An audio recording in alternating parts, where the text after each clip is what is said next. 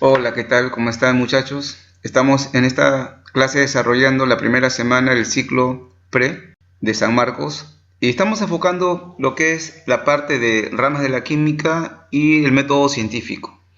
La parte de conversiones y de magnitudes es algo que podemos manejar, no lo creo tan complejo el convertir unidades.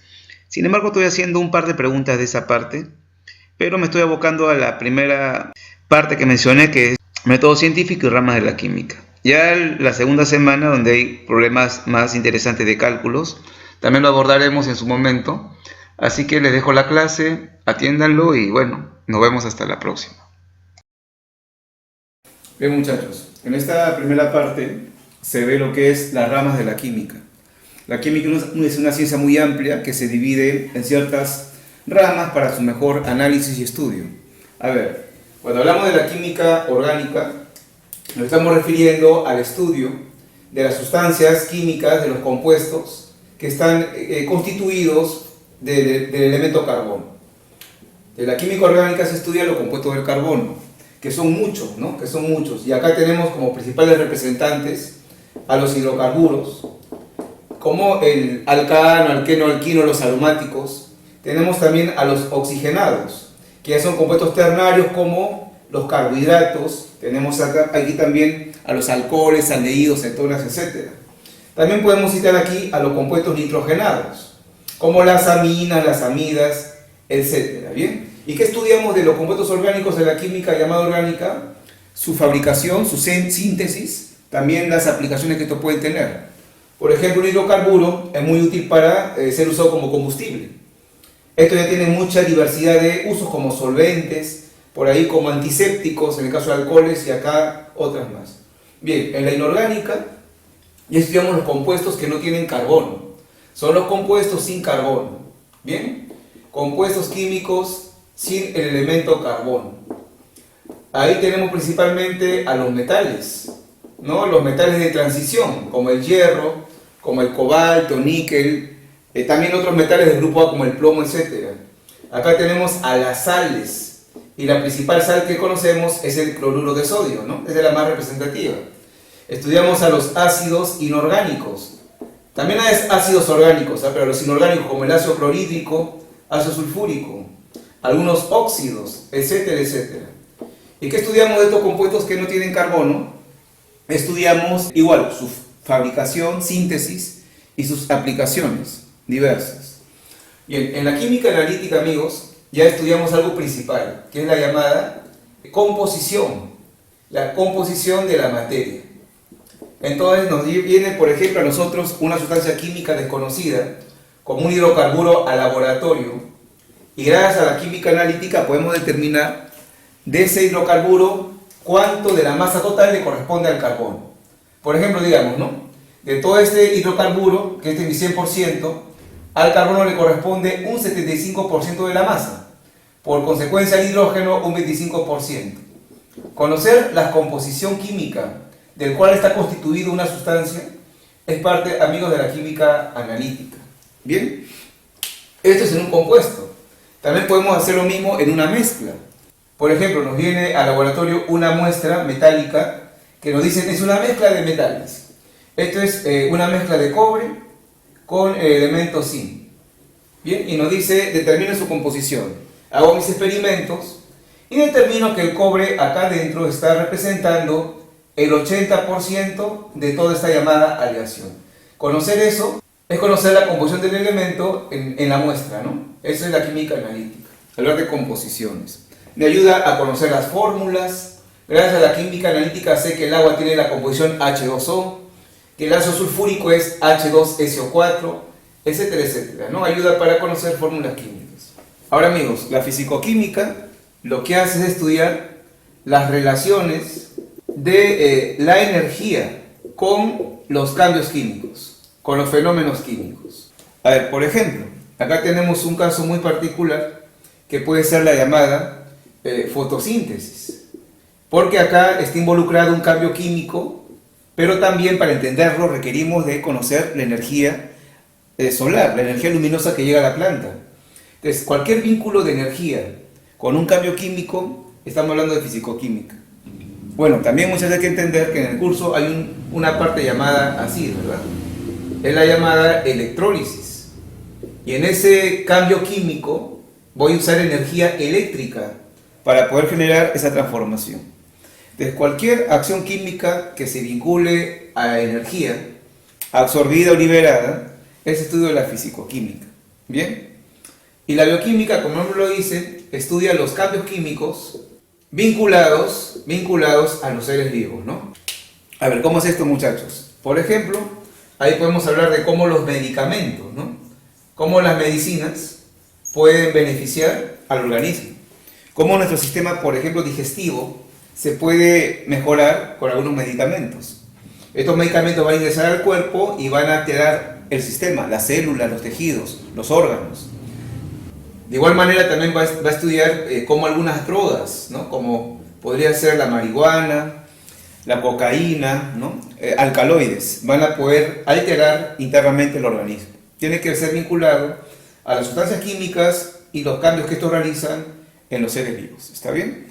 Y muchas veces lo tenemos. Esta es una pregunta vinculada a lo que hemos hecho y dice: la química es una ciencia cuyo campo de estudio es bastante amplio, por lo cual ha sido dividido arbitrariamente en varias ramas. Al respecto, determine la relación correcta entre la rama química y la línea de investigación o de estudio que hace. A ver, acá dice química analítica, química inorgánica, fisicoquímica, bioquímica. Vamos a ver al costado. A ver, muchachos, acá nos dice la síntesis del cloruro de sodio. ¿Con cuál de estas ramas de la química se vincula? Esta es una sal. La sal es una sustancia inorgánica, por lo cual su formación, síntesis, se basará en el estudio de la química inorgánica. ¿Bien? Este es el campo de acción de la química inorgánica. Siguiente. Determinación del porcentaje de nitrógeno en el aire. El aire tiene una mezcla de muchos gases. Y me están hablando de uno de ellos y dicen que van a conocer su porcentaje, su composición. Entonces, eso significa que estamos haciendo estudios de la química analítica, ¿no? Esta rama se encarga de conocer la composición de las sustancias en un sistema. Puede ser una mezcla o un compuesto. Por lo cual acá sería 1. Función de proteínas en seres vivos. Apenas me vinculen una rama en la química en los seres vivos, ahí entra a tallar lo que es la bioquímica. Y sería 4. ¿Bien? Y finalmente, efectos de la luz. La luz es un agente físico. Es una forma de energía en reacciones químicas, como son reacciones de fotólisis, ¿no? Ahí está la fotosíntesis. Y ahí tiene que ver la llamada fisicoquímica. Por lo cual, amigos, el orden sería 2, 1, 4 y 3. Y la respuesta es la B. Bien, amigos, esta pregunta nos dice ahora así.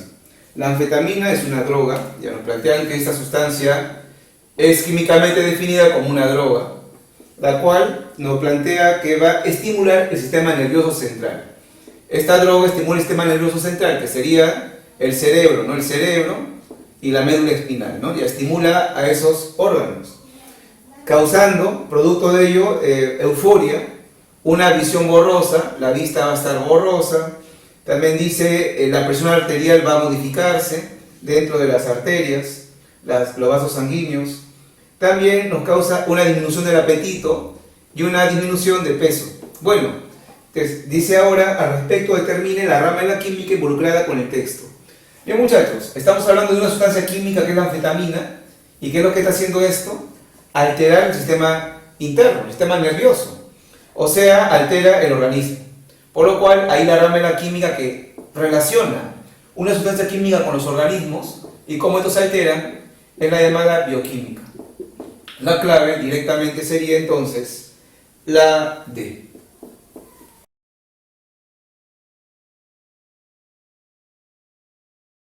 Bien, muchachos, vamos ahora a ver esta situación que es el método científico. Toda ciencia, sea matemática, física, química, las ciencias humanas como la historia, el lenguaje, para hacer una investigación, el estudio de algo tiene que basarse en un procedimiento, que es el llamado método científico.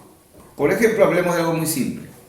Me pongo a observar lo que me rodea como profesor y veo que en el curso de química hay alumnos que duermen, o hay un alumno que duerme, 2 alumnos que duermen. Entonces, en base a esa realidad, yo me hago una pregunta, ¿no? Y mi pregunta es, ¿por qué duermen? ¿Ya? ¿Por qué duermen los alumnos durante una clase? Esa será mi pregunta de estudio. Para eso, yo comenzaré a observar a los estudiantes y voy a sacar datos.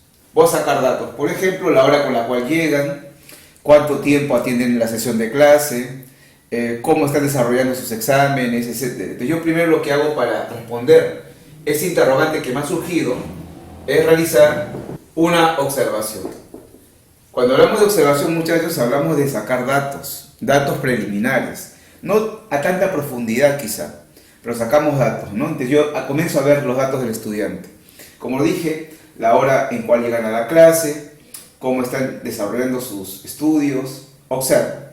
Bien, y luego de hacer observaciones, yo ahora me planteo una posible respuesta, ¿no? Me planteo una llamada hipótesis. ¿Ya? Ante una pregunta que yo quiero analizar o responder, primero hago lo que es la observación. Esto es sacar datos preliminares de lo que está aconteciendo. La hipótesis, muchachos, se define como una respuesta preliminar. Una respuesta que todavía no se sabe si es la verdadera.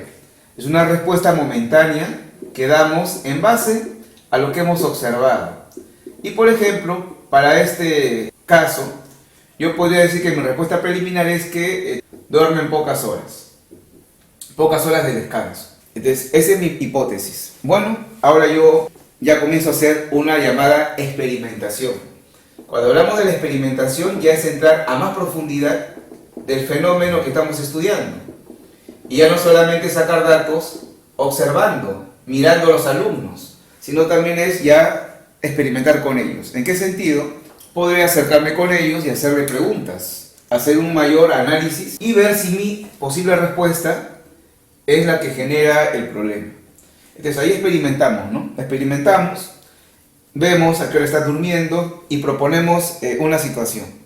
Proponemos en esta experimentación que ahora duerman una hora más de descanso. Si dormían 6 horas, ahora les propongo, experimentando con ellos, ¿no? Que duerman 7 horas. Y vamos a experimentarlo, vamos a llevarlo a la práctica. Viene la siguiente sesión de clase y han dormido ya 7 horas. ¿Y qué sucede, muchachos? Ya no se quedan dormidos en clase. Están atendiendo. Entonces, ¿qué digo? La experimentación ha verificado mi hipótesis, ¿no? La ha corroborado, ¿no? Entonces, ya después de concluir que es verdadero lo que yo puse, se forma la llamada teoría. Se forma la teoría. Entonces, ese es el procedimiento del método científico. Primero, ante una pregunta de análisis de estudio, yo observo, saco datos para tener una información previa. Y con eso doy una supuesta respuesta, ¿no? Una respuesta preliminar, que no tiene que ser la verdadera. Experimento en base a lo que hemos observado y si corroboro la hipótesis, es decir, es verdad que se dormían porque tenían pocas horas de sueño, ya ahí quedó y saco mi teoría. Muchachos, a veces no tiene que cumplirse, ¿no? A veces la experimentación, le doy 1 hora más de sueño, de descanso al alumno, viene el día siguiente a la clase y sigue durmiendo. Entonces yo te digo que mi hipótesis está mal y tengo que regresar a formular otra hipótesis, otra posibilidad por la cual ellos están durmiéndose en clase. Ahora, cuando repito el experimento y se corrobora, ¿no? Se corrobora esa situación, ¿no? Con otro alumno, ¿no? La teoría que he formulado sigue corroborándose, eso va a dar origen a una ley. ¿Y qué diferencia a una ley y una teoría? Que una teoría tiene excepciones, podemos decirlo. Hay casos particulares que escapan a esta secuencia que hemos concluido. En cambio, una ley ya no tiene excepciones, ¿no? Una ley, por ejemplo, podría ser todo cuerpo, ¿no? en la Tierra, al ser soltado en el aire, va hacia abajo, por acción de la gravedad. Esa sería una ley. Los cuerpos tienden a caer por acción de la gravedad. Yo acá tengo un plumón y se va a ir hacia abajo. El otro también hacia abajo.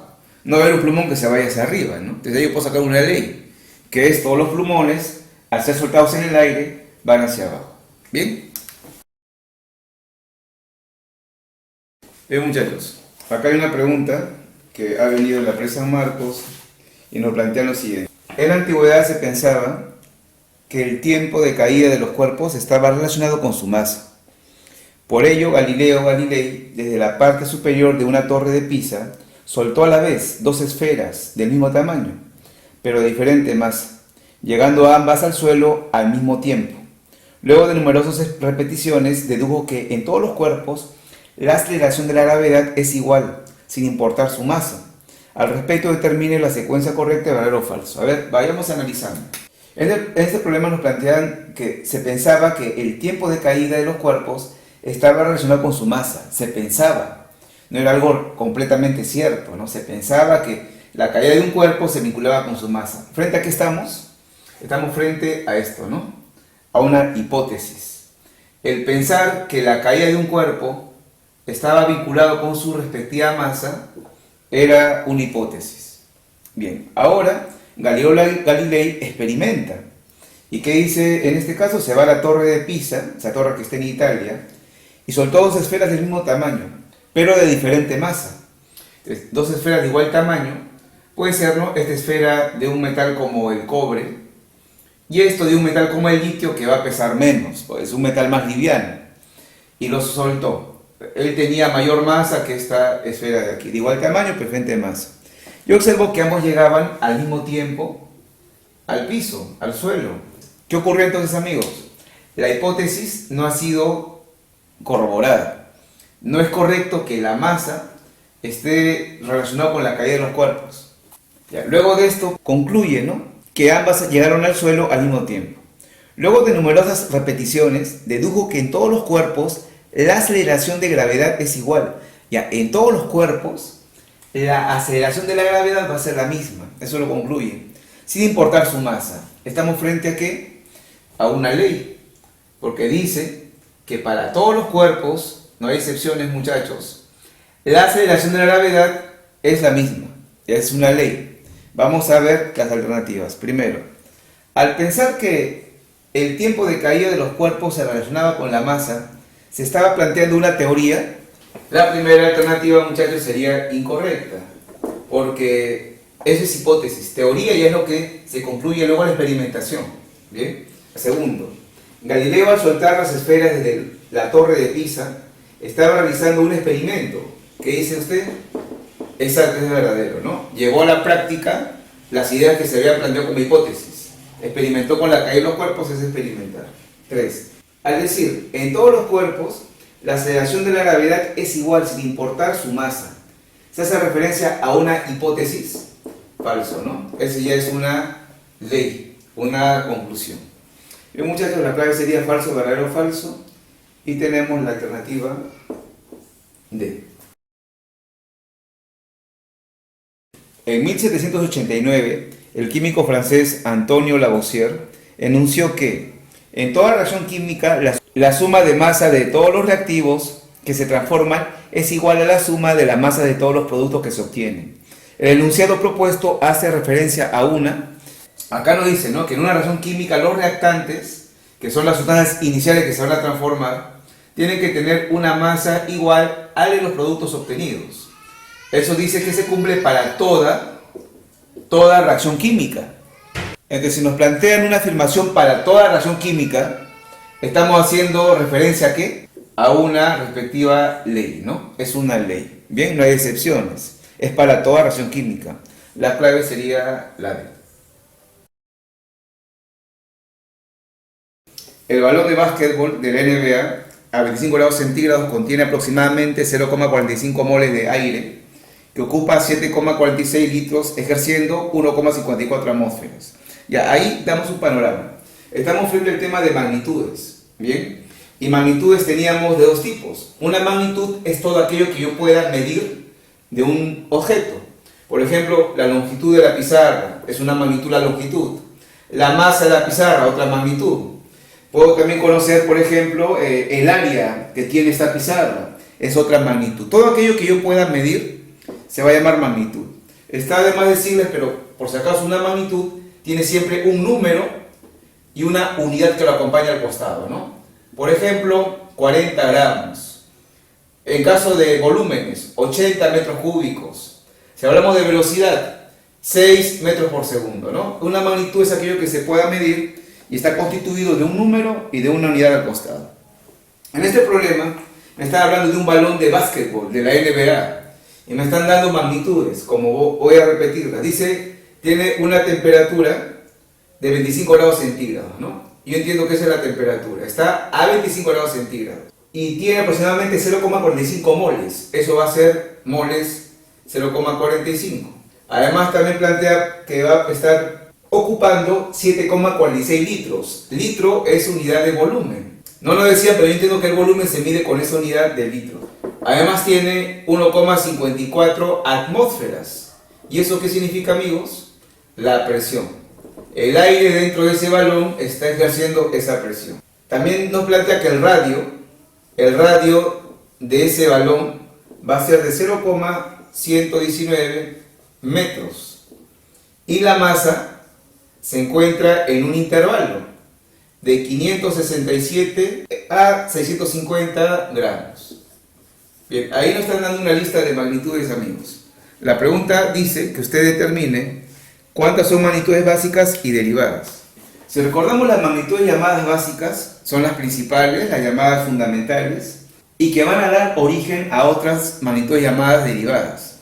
¿Cuáles son las magnitudes fundamentales? Ahí aparecen en la pizarra. Está la longitud, está la masa, el tiempo, intensidad de corriente eléctrica que se mide en amperios, está el número de moles, la temperatura y la intensidad luminosa. Busquemos acá quiénes son básicas.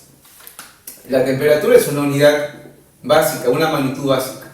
Número de moles también es una magnitud básica. El volumen ya no.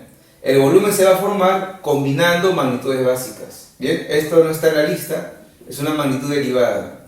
La presión también es una magnitud derivada. El radio es una longitud.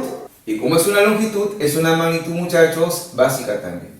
Y la masa es una magnitud básica. Respuesta: magnitudes básicas tenemos acá 4 magnitudes básicas y 2 derivadas. La clave vendría a ser la A. El huracán Dorian es un ciclón tropical activo que ha amenazado las Bahamas y el sureste de los Estados Unidos, alcanzando vientos desde 145 millas por hora. ¿No? Esa es su velocidad de los vientos que se alcanzó. Y ahora viene lo bueno, y desplazándose lentamente a 12 millas por hora. Ya, esto es su velocidad de desplazamiento del huracán. Bien, 12 millas por hora. Y además con una presión baja de 941 milibar plantea. Al respecto, determine la velocidad con la que se desplaza el huracán y la presión en unidades de sistema internacional. Bien, estoy colocando ahorita una imagen en la cual se ven las unidades del sistema internacional de cada magnitud.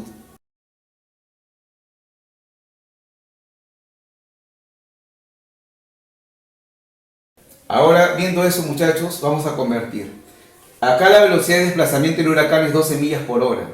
Para que esté en sistema internacional, esta distancia que es la milla tiene que estar en metros, ¿no? Sistema internacional. Y el tiempo que es horas tiene que estar en segundos.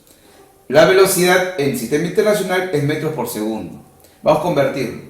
Y acá la presión nos están dando en milibar. Pero en el sistema internacional la presión tiene que estar en pascales. Así es. Vamos a convertir. Este está más fácil.